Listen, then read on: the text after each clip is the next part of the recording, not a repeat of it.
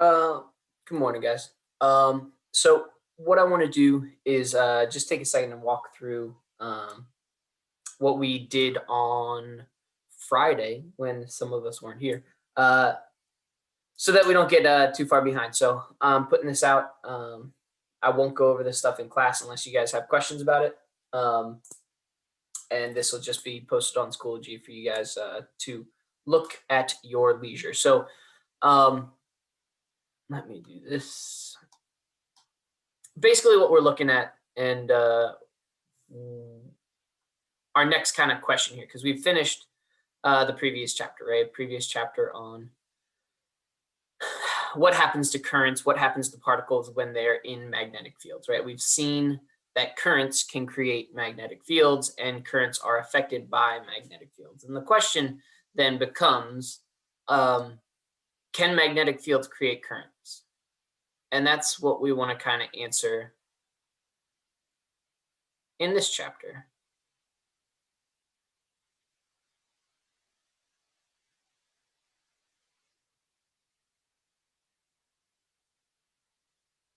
Right? Can magnetic fields create currents?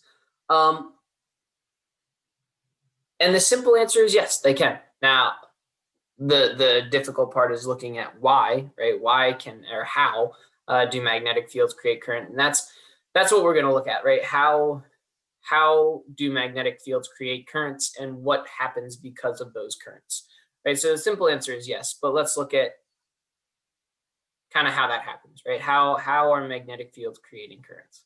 So I want to start with a little history, right? And just talk about how we kind of realize that magnetic fields can create currents. And so Faraday, there's this guy named Faraday, right? And he's trying to prove that magnetic fields can create currents, right? That's his goal. He wants to prove that magnetic fields can create currents. And he's trying a whole bunch of stuff, right, to kind of show that this is the case, right, and prove that they can, but he's failing. For the most part, he hasn't come up with anything yet. So he's doing this experiment where he has we have a battery or a voltage source. I guess it doesn't have to be a battery, connected to a loop, right, a coil of wire, which they know from previous experiments, right? Coils of wire are good at creating and maintaining uniform magnetic fields, right? Inside that coil of wire, we have an iron bar, right? So there's an iron, we'll call it a ring, that passes through the center of that coil, right? So we have an iron ring passing through the center of the coil. We use iron, or he's using iron, because iron is very good at interacting with magnetic materials, but and becoming magnetized, but is not conductive, right? So it's not just because the wire is touching it doesn't mean it's going to pass current through the circuit. So he's got this setup right here, and then on the other side, he has another coil of wire wrapped around the opposite side of the iron ring that's attached to an ammeter, right? And we should all know that ammeters are used to measure current, right? So what he's doing to do, he's got a switch here, right? So we've got a switch. He's going to turn on the switch, right? That's going to create a current through our coil of wire here, right? Which should establish a magnetic field in the coil, right? Current passing through a coil of wire establishes a magnetic field. That magnetic field will create a magnetic field throughout the iron ring, right? Which will create a magnetic field over here, right? Which his goal is to cause a reading in the ammeter, right? If I can establish a magnetic field through this coil of wire, will that create a current in the ammeter? And he's seeing that the answer is no, right? He flips the switch, lets it sit for a while, no reading on the ammeter. Unflips the switch, no reading on the ammeter, right? When the system is at equilibrium, he's not really getting anything. He didn't notice anything, but he does notice immediately after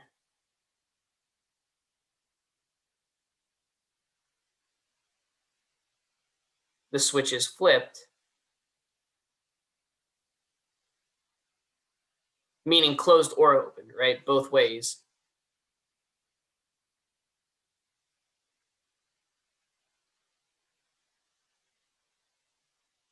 There's a slight reading on the ammeter.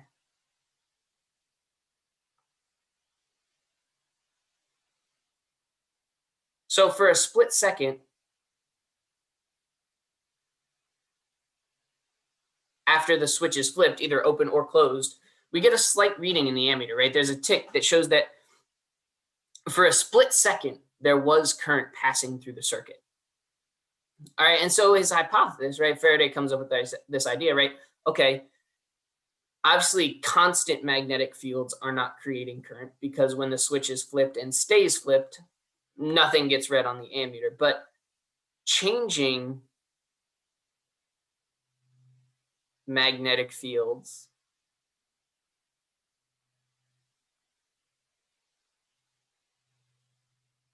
induce current, right? He comes up with this hypothesis that changing magnetic fields induces current. And then he does a couple different things to kind of test that, right? He has a couple different experiments that he does. I'm not going to spend the time to draw them out for him. If you want to check them out, they're in the book. But he validates this hypothesis, right? He sees that changing magnetic fields can induce a current, right? It's when the magnetic field is off and goes to on, we get a little bit of current. When the magnetic field is on and goes to off, we get a little bit of current. All right, and so it's changing magnetic fields that are inducing the current, and that's what we're going to look at. Okay, how does a changing magnetic field induce a current? Right, that's what we need to look at. We know that magnetic fields can create currents. We now know that changing magnetic fields can create currents. Right, it's not just magnetic fields in general.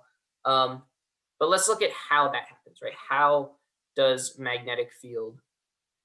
changing magnetic field induce a current? So the first thing we're going to look at is a version of the Hall effect, right? We talked about the Hall effect on Tuesday of last week or Thursday of last week, whenever it was, Wednesday probably. We talked about the Hall effect and how, right, when we had current passing through a conductor that was in a magnetic field, right, if the magnetic field's into the page, and we had current passing through. Now, recall we had to be careful to make sure that we were looking at the movement of negative particles, right, because the Hall effect kind of verifies that it is negative particles that are doing the moving in currents, right? So we have a current that's to the right, which essentially means we have electrons moving to the left. So if we have electrons moving to the left in a magnetic field that is pointed inward, my thumb says down, but it's a negative particle, so we feel a force up, which means we get an accumulation of negative charge on the top surface here. Right? Negative, negative, negative, negative, positive, positive, positive, positive, right? And we establish a potential difference between the top and bottom of our conductor, right? So that's kind of what we saw in the Hall effect. And what we're going to look at now as kind of our first answer about how magnetic fields go about creating electric currents is to look at a version of this. But instead of the current being there already, right, and the charges moving, we're going to move the entire conductor through a magnetic field, right? So let's look at the same scenario, but instead of passing current through our conductor, we're actually going to move the entire conductor through a magnetic field. So that's what happens in the Hall effect, right? This is the Hall effect. And we get the Hall voltage. So if we have our conductor,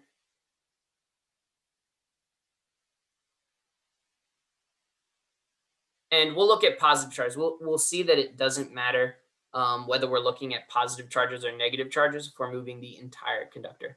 It does matter when we're talking about currents passing through the conductor, whether we're going to get accumulation on the top or the bottom, but it doesn't matter for moving the entire conductor, right? If we have a positive particle and we're moving our entire conductor to the right, so we're basically sliding our conductor, right? I'll put some speed lines in there, right? So we're sliding our conductor to the right in a magnetic field that is into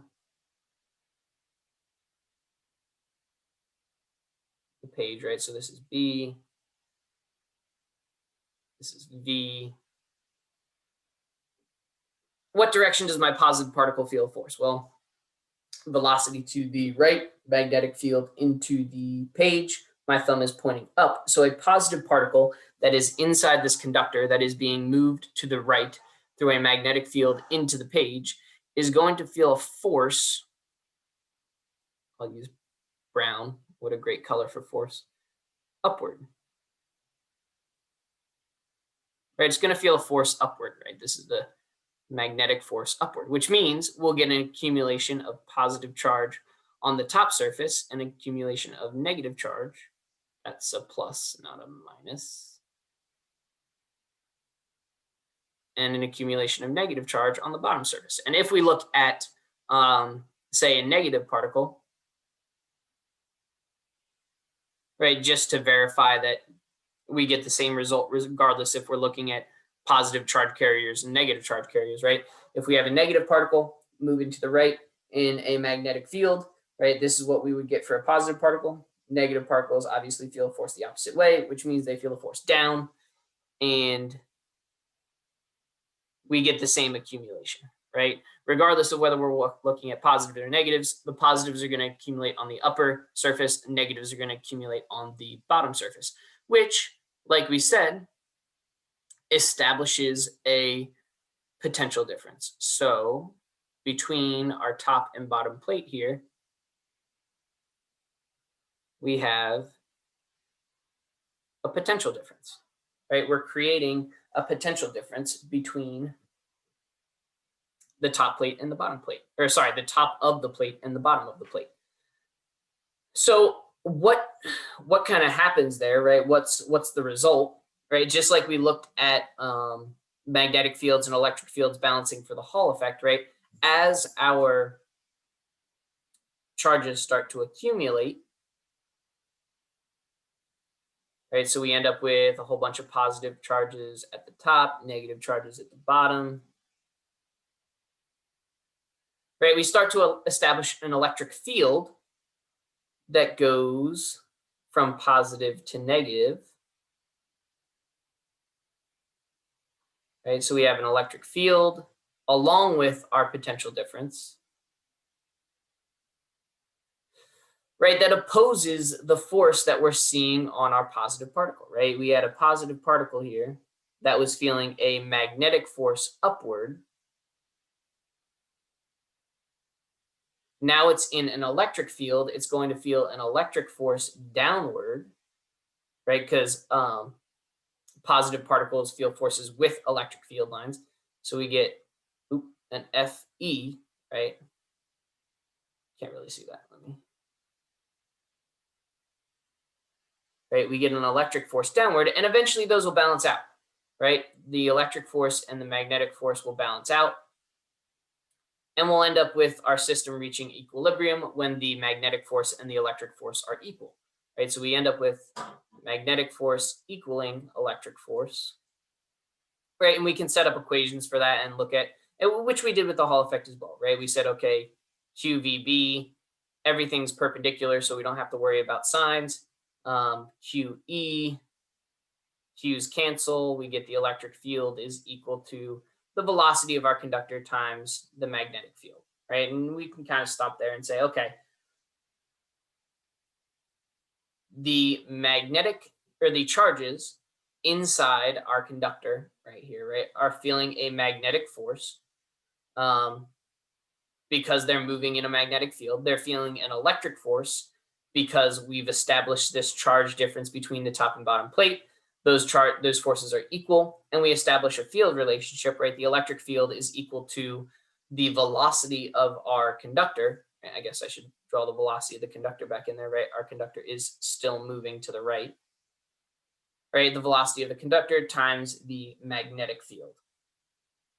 All right, which we're kind of setting up for how this is going to induce a current, right? We want to look at all this, and we'll eventually kind of tie this into current. But let's look at potential, right, as well, because I mean we are establishing potential, and when we're looking at currents, right, what drives current?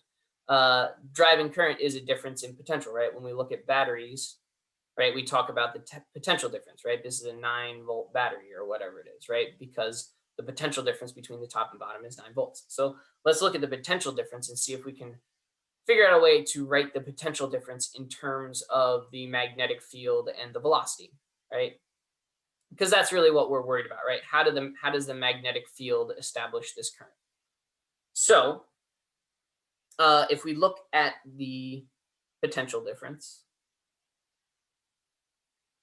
actually I was doing it in purple. Let's keep it the same. Let's look at the potential difference. And if we go way back to whatever chapter on electric potential, right? We know that electric potential is equal to the negative integral of E dot ds, right? E dot ds. And we just established that the electric field is equal to the velocity times b, right? So we can substitute that in. Now, there is a little caveat here because we're looking at E dot ds, right? It's a dot product. This is technically E times ds times the cosine of theta, right? Where theta is the angle between ds, because ds has to be a vector, and E. So we kind of have to establish which way ds is going, right? Which way is the length of our object going here? So we'll say that 0 is down at the bottom, and if our conductor has a length L, L is at the top. So our ds is going up from 0 to L. Our electric field is actually going down from L to 0, which means they're in opposite directions, right? This theta is equal to 180 degrees in this case, right? Because they're in opposite directions. ds is up, E is down, which means we actually end up with a negative sign because of that cosine of theta, right? Cosine of 180 is -1. So we're actually going to end up with a negative sign out front there. So delta V is equal to the negative integral of negative E ds. Two negatives cancel out. We get a positive and a positive. We can substitute in for the electric field V times B. So we'll get delta V is equal to the integral. And we can establish the integral. Well, we'll do it in a second here. V times B times ds. Right, V and B are going to be constants, so we can pull those out, and we get V times B times the integral of just ds. We look at the bounds, right? The bounds of ds are 0 and L, and we get that the potential difference is equal to V times B times L, right? The velocity of our conductor times the strength of the magnetic field times the length of our conductor. Right, so we have an establishment of a potential difference there, and we can kind of summarize it. Move this to a corner where I'm not trying to write. Motion of a conductor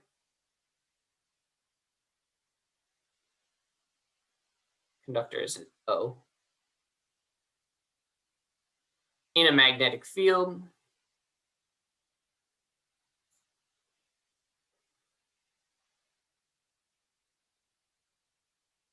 induces a potential difference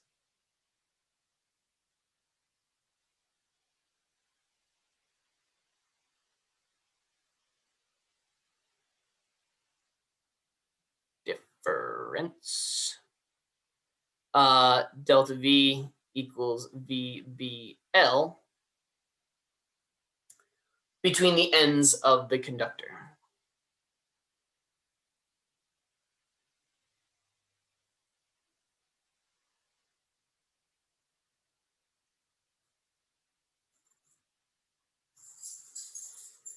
Which is really important, right? We're establishing a potential difference between the ends of a conductor and what's necessary for current flow, right? What do we need in order to make current flow?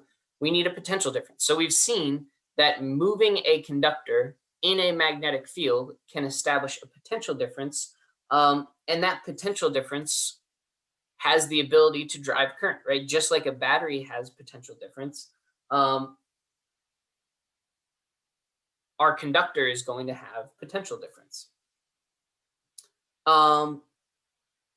So as long as our conductor is moving through the electric or through the magnetic field, right, we have a potential difference between the ends. We know it's equal to V times B times L, and that potential difference can drive a current. So let's see how that actually happens, right? So right now we've just established the fact that a conductor moving through a field can create potential difference. How does that in turn drive current? So let's set up a situation where our conductor is connected to a current, right? So we've got a wire that is in a magnetic field that is into the page.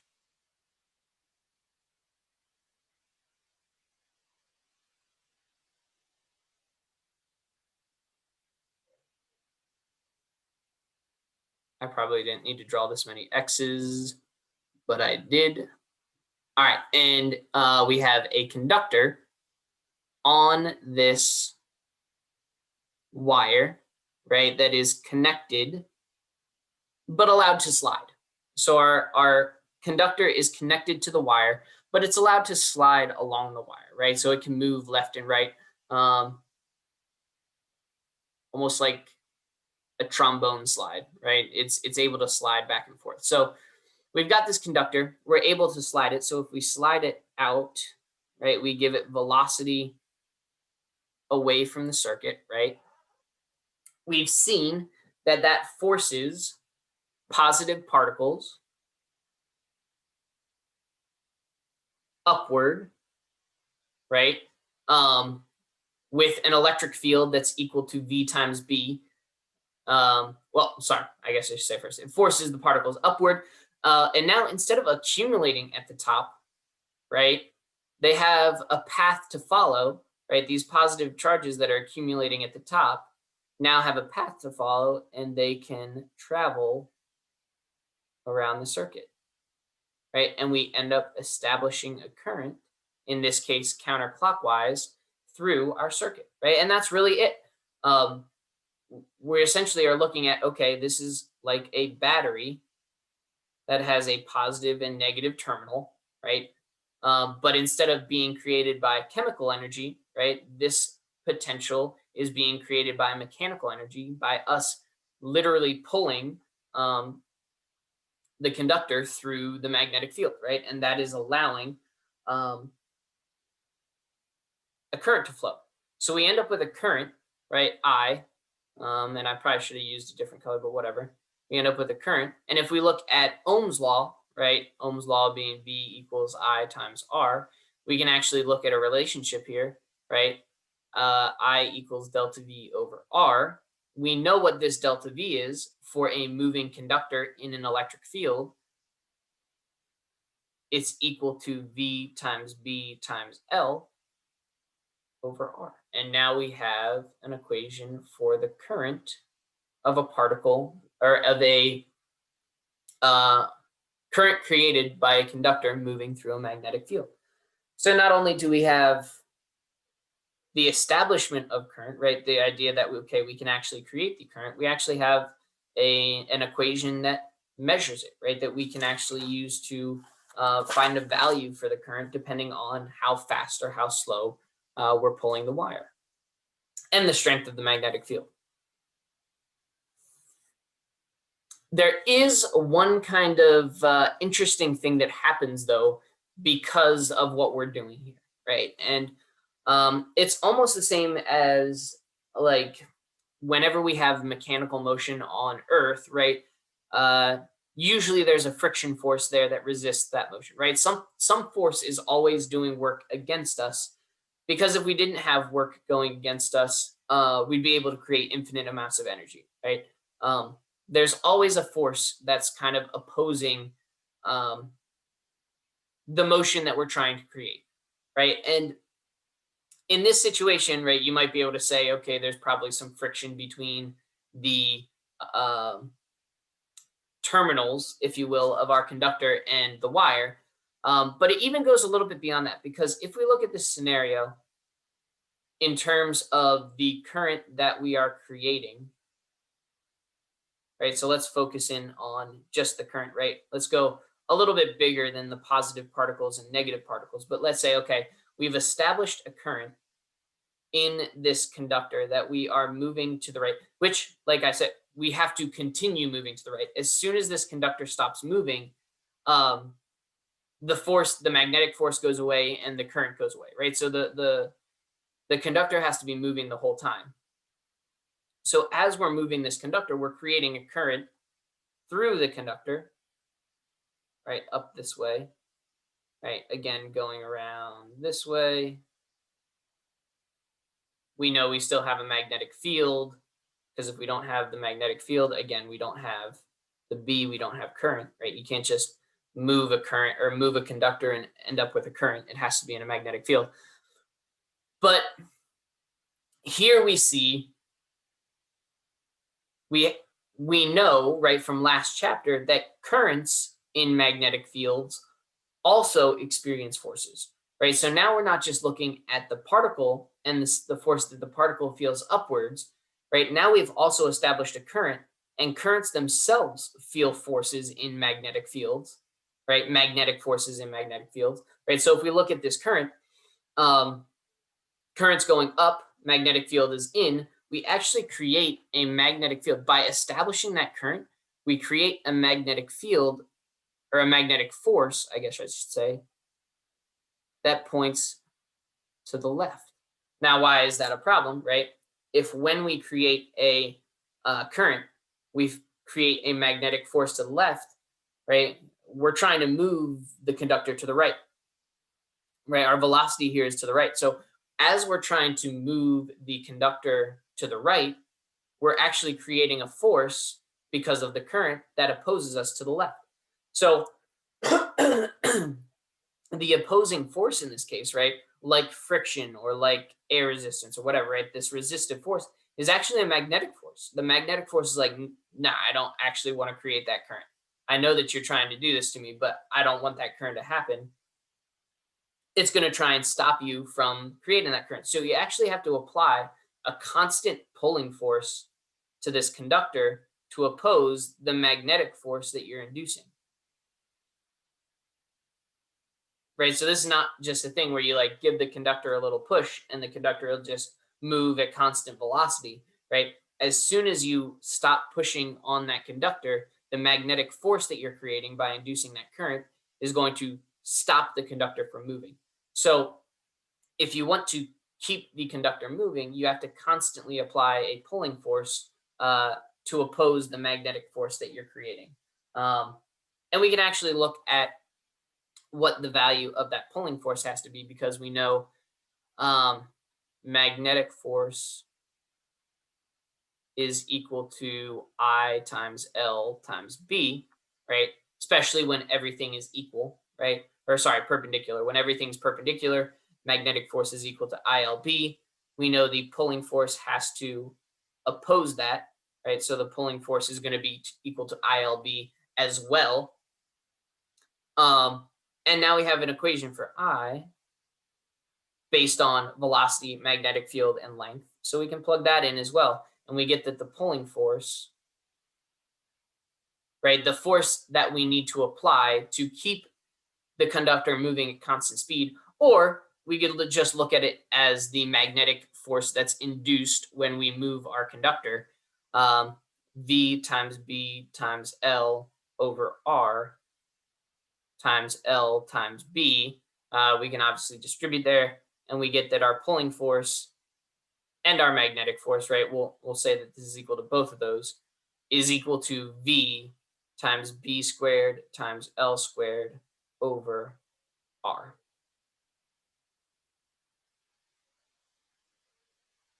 So we have a force that we have to constantly be applying to keep our conductor in motion that's equal to the velocity times the magnetic field squared times the length of our conductor squared divided by the resistance of the circuit itself. All right. And this again is why we can't end up with like infinite energy because of, right? If you were able to push the conductor and just have it move at constant speed, and we can limit friction a lot, you'd end up with a way to create infinite current. And then we have unlimited power. So that magnetic field acts to kind of oppose that creation of unlimited power. All right. So the last thing I want to look at here is, okay, how does the energy transfer balance out, right? Or does the energy transfer balance out? Because we are obviously putting in mechanical energy to the circuit, right? If we have to pull on it, we are doing work on it, right? Which means we're adding energy to the system. Where does that energy end up going? Right? How does that energy end up being used up? So let's look at the energy conservation here and see if the amount of energy that we are putting into the circuit matches the amount of energy that the circuit is using up. Just to make sure everything balances out. So if we go all the way back to energy, and we'll look at this in terms of energy dissipation and energy input, which is technically power, right? We're going to look at the rate of input versus the rate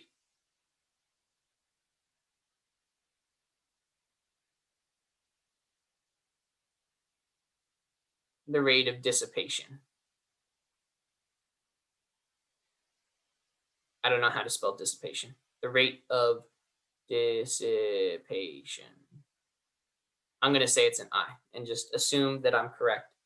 So we're going to look at the rate of input of energy versus the rate of dissipation of that energy. So rate of input, right, is power in.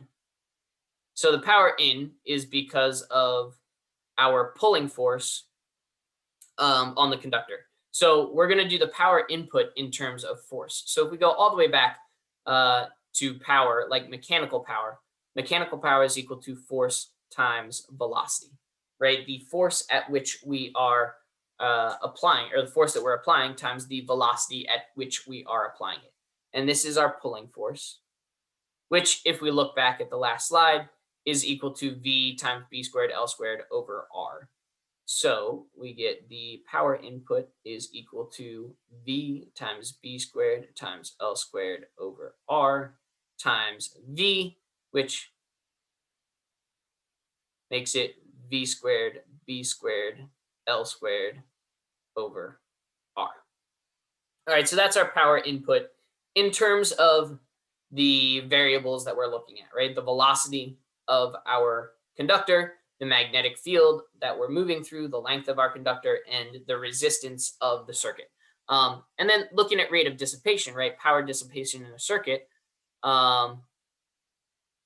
in terms of, well, I guess we could do it in terms of potential or in terms of, or sorry, we could do it in terms of potential and resistance, voice crack, current and resistance, or potential and current, I guess.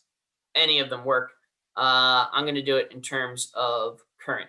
So power dissipation in terms of current and resistance is I squared times R, right? That's, we just go back and look at the power equations for circuits, right? Power dissipation is I squared times R. So if we plug in our value for I squared, or our value for I in terms of moving a conductor through a magnetic field, right? We get V times B times L over R. squared times R, right? That'll give us V squared, B squared, L squared over R squared times R, which R's simplify, and we get the power dissipated by the circuit is equal to V squared, B squared, L squared over R, which exactly matches the input power of our force. So the energy constraints match up there, right? The amount of power that we're putting into it, or the rate of energy that we're putting into the circuit by pulling on the conductor, is equal to the amount of energy dissipated by the circuit, or the rate of energy dissipated by the elements of the circuit, right? Whether it be a bulb or a resistor, or whatever that resistance is, right? They end up being equal there. So to summarize what we've seen here,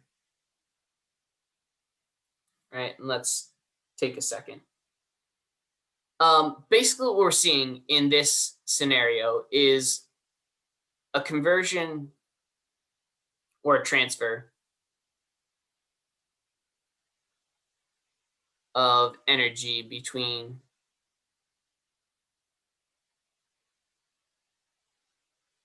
mechanical energy, right? Because we're pulling on the conductor, and electric energy, because we're creating current, which is essentially a generator, right? We have created, generator does not start with a B, at least last I checked. Right, we have a generator. We have a conversion between mechanical power and electric power, or electric energy, which is essentially how all electric energy is created in anywhere, right? When we look at burning fossil fuels, right? Burning fossil fuels is about creating steam. Steam turns a turbine, right? Powers a turbine, which is mechanical energy. That turbine moves in a magnetic field, which establishes current, right? The movement, that mechanical energy, when that happens in a magnetic field, we create current, right? That's what's happening in a generator. So what we've kind of created here is a little mini generator, right? Where we pull on a conductor, and that creates an electric current in a circuit. Obviously, this is not the best way to do it, because we would have to like constantly be able to pull something farther and farther and farther away, which is kind of impractical. But that's essentially what we're doing here. We're establishing the process by which energy is created today. Electrical energy, sorry, is created. So just to summarize, right? Pulling or pushing,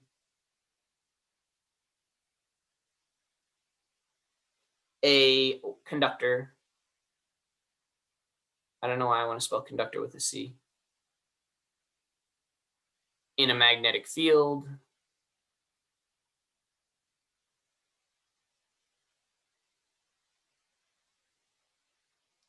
At a speed V.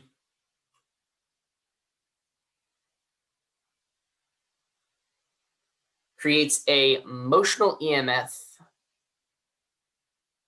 right? An EMF that's dependent on the motion.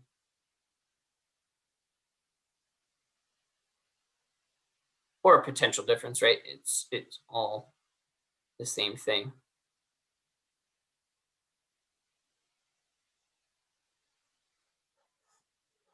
In the wire, and induces a current.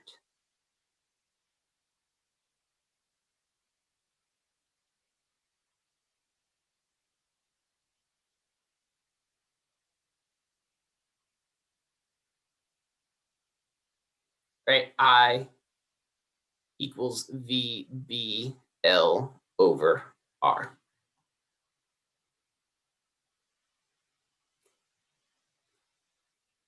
To keep the conductor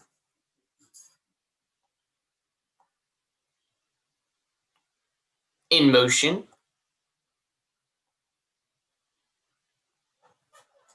a pulling or pushing force must balance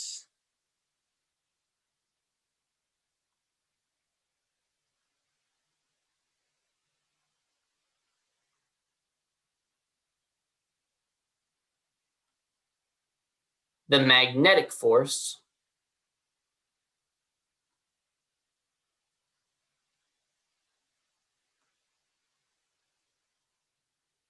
that's created by the current passing through the wire.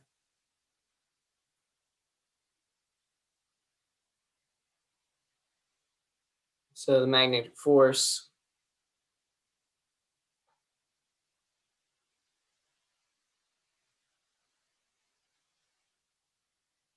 by current passing through the wire.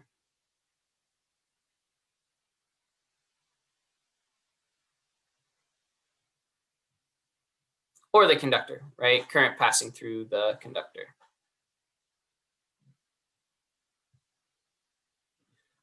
And that force does work, right? It has to do work.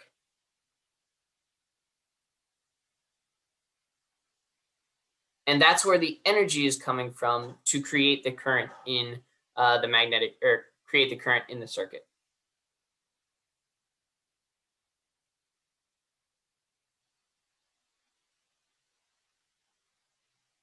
Magnetic force, or the force that's used to balance the magnetic force, does work on the current.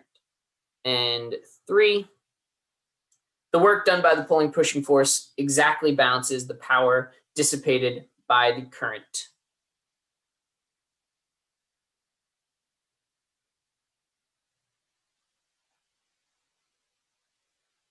Power input of the pulling force or pushing.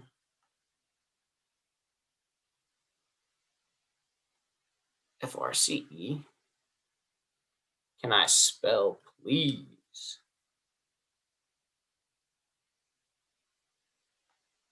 Exactly balances the power dissipation in the circuit.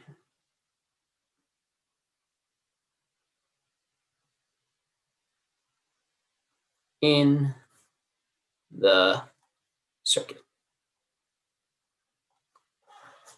All right, so that's pretty much what we looked at on the in the first class on Friday. I'll probably post another video later tonight that goes through some of the extra stuff that I wanted to talk about that we didn't get a chance to. But be on the lookout for that as well. All right. Enjoy the rest of your holiday. I will see you guys on Wednesday. Yeah. Hold on, I have to figure out how to stop the recording. Figured it out.